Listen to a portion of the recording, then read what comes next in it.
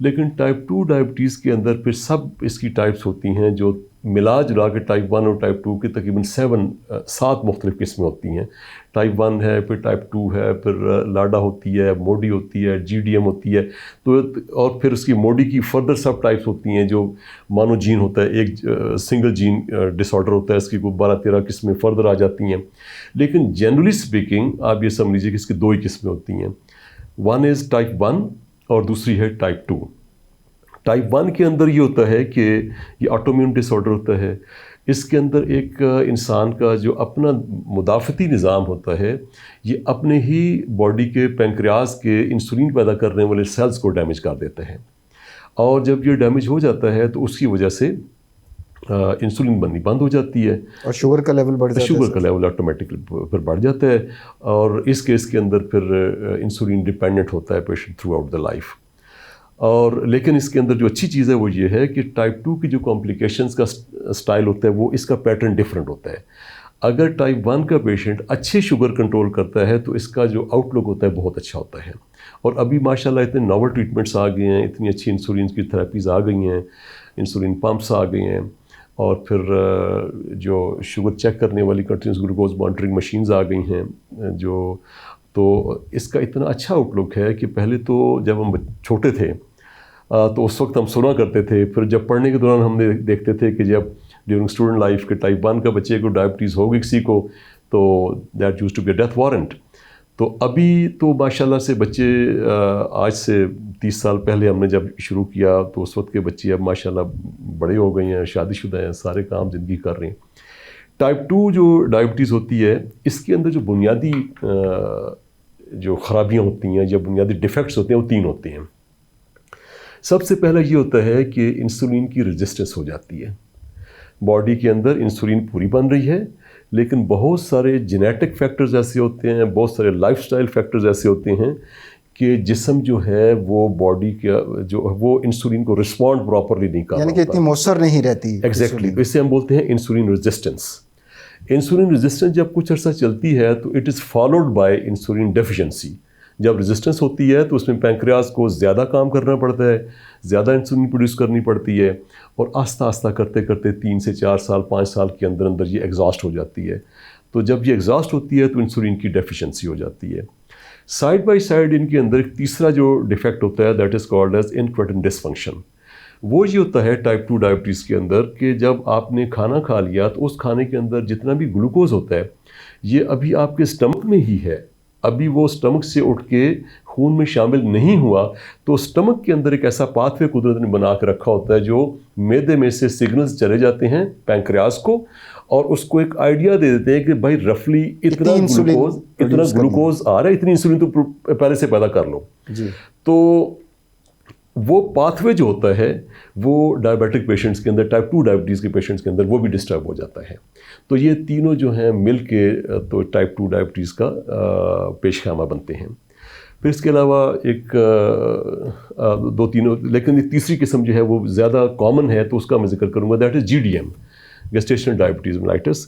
کہ ایسی بچیاں جو جب پریگننٹ ہوتی ہیں تو ڈیورنگ پریگننسی ایسی بچیاں جن کی فیملی کے اندر ٹائپ 2 ڈائبٹیز کی ہسٹری ہے، ان کے فیملی میں پیرنٹس میں سے یا بہن بھائیوں میں سے یا فرسٹ ڈگری جو ریلیٹیوز ہیں اس میں سے کسی کو ڈائبٹیز ہے، تو ایسی بچیوں کو بعض دفعہ ٹائپ 2 کی ڈائبٹیز ہو جاتی ہے ڈیورنگ پریگننسی. تو that has to be managed in a special way. اس میں انسولین کے ساتھ اس کو مینیج کرتے ہیں. ایک بڑی محدود سی چند ایک دوائیاں ہوتی ہیں جو دے سکتی ہیں ڈیورنگ پریگننسی. تو عام طور سے یہ والی جو جی ڈی ایم ہوتی ہے یہ جب پریگننسی اوور ہوتی ہے، بچے کی پیدائش ہو جاتی ہے، تو اس وقت اس کے بعد عام طور سے یہ ریزالو کر جاتی ہے اور بلڈ گلوکوز لیولز نارمل ہو جاتے ہیں. ہم انسولین اور تمام دوائیاں بند کرنی ہوتی ہیں. لیکن اس میں جو ذہن میں رکھنے والی بات ہے وہ یہ ہے کہ ایسی بچی کو، ایسی ماں کو ہم یہ ہدایت دیتے ہیں کہ تمہیں چونکہ جی ڈی ایم ہو گیا ہے، تمہارا آئندہ زندگی میں ٹائپ 2 ڈائبٹیز ہونے کا امکان بہت زیادہ ہے، تو you have to be careful. آپ نے وہ ساری احتیاطیں اور ساری جو پرہیز ہیں وہ کرنے ہیں جو ٹائپ 2 ڈائبٹیز کا پیشنٹ کرتا تھا، اور ساتھ اپنا گلوکوز کا فریکوینٹلی چیک کرتے رہنا تاکہ تمہیں اندازہ ہوتا رہے کہ خدا نخواستہ آپ کی یہ کنڈیشن کسی وقت بھی جا کے تو ٹائپ 2 ڈائبٹیز میں کنورٹ تو نہیں ہو رہی ہے. پھر سبسیکوینٹ جو پہلی یا دوسری یا تیسری پریگننسی میں ہوئی، آئندہ پریگننسیز کے اندر دوبارہ اس کو واچ کرنا پڑتا ہے. تو یہ تیسری جو قسم ہے that is G D M. باقی جو تمام اقسام ہیں وہ ٹائپ 2 کی ہی ہیں، لیکن اس کے اندر بعض قسموں کے اندر انسولین کی ضرورت تھوڑی زیادہ آ جاتی ہے جلدی، بعض کے اندر دیر سے آتی ہے، بعض کا ڈائگنوسس تھوڑا سا ڈیفیکلٹ ہوتا ہے، بٹ ان کی مینجمنٹ کم و بیش ایک ہی جیسی ہوتی ہے. تو سر اس میں جو ابھی ٹائپ 2 ڈائبٹیز کی بات کرتے ہیں، دیکھیں ٹائپ 1 تو ناظرین کو کلیئر ہوگی کہ یہ ہمارا اندرونی نظام، مدافعتی نظام WBA پہ اثر انداز ہوتا ہے جو کہ انسولین نہیں بناتا، جی اور نتیجتاً بلڈ میں شوگر کی لیول بڑھ جاتا ہے. یہ تو ہوگی ٹائپ 1. ٹائپ 2 میں آپ نے 2 فیکٹرز کا ذکر کیا، ایک انسولین ریزسٹنس، جی کہ جس میں انسولین بن اتری مناسب مقدار میں رہی ہے لیکن اس کا اثر اتنا نہیں ہے. ایگزیکٹلی. اور دوسرا یہ کہ ہمارے معدے سے جو سگنلز آتے ہیں انسولین پیدا کرنے کے لیے وہ ڈیو ٹو سرٹن ریزن وہ نہیں جا پا رہے. ایسا ہی ہے. لیکن سر اس میں ایک فیکٹر جو اور ہے وہ ہماری ڈائٹ کے حساب سے بھی ہے کہ جو لوگ شوگر کا استعمال زیادہ کرتے ہیں، میٹھی چیزیں زیادہ کھاتے ہیں، کیا وہ بھی ایک فیکٹر بن سکتا ہے سر؟ یہ ایکچولی بالکل میٹھے کے کھانے کے شوقین حضرات کی طرف اشارہ کر رہا ہوں. بس اس کو آپ یوں کوشچن کر لیں کہ وہ کون سے فیکٹرز ہیں جو لیڈ کرتے ہیں ٹائپ 2 ڈائبٹیز کی طرف. جی سر. تو اس میں موٹے موٹے کچھ فیکٹرز ہیں جو سننے والوں کے لیے میں چاہوں گا کہ وہ نوٹ کر لیں.